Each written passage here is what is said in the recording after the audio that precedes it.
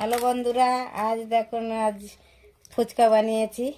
ফুচকা ফুচকা ফুচকাতে দিয়েছি পেঁয়াজ কুচিয়ে, লঙ্কা, কাঁচা লঙ্কা, ছোলা, মটর, আলু আর ধনে পাতা দিয়ে মেখেছি। আর এটা জল, ফুচকার জল, তেঁতুল দিয়েছি, ধনে পাতা, বিট নুন দিয়ে ওর একটু মশলা দিয়েছি, এই জল বানিয়েছি।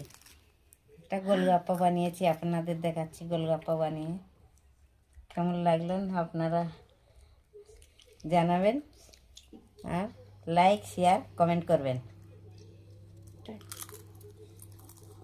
আর রেসিপিটা পরে দেখাবো গোলগাপ্পার কেমনি বানিয়েছি। আজকের প্রথম বানালাম, আপনাদের দেখাচ্ছি, পরে দেখিয়ে দেবো বানিয়ে।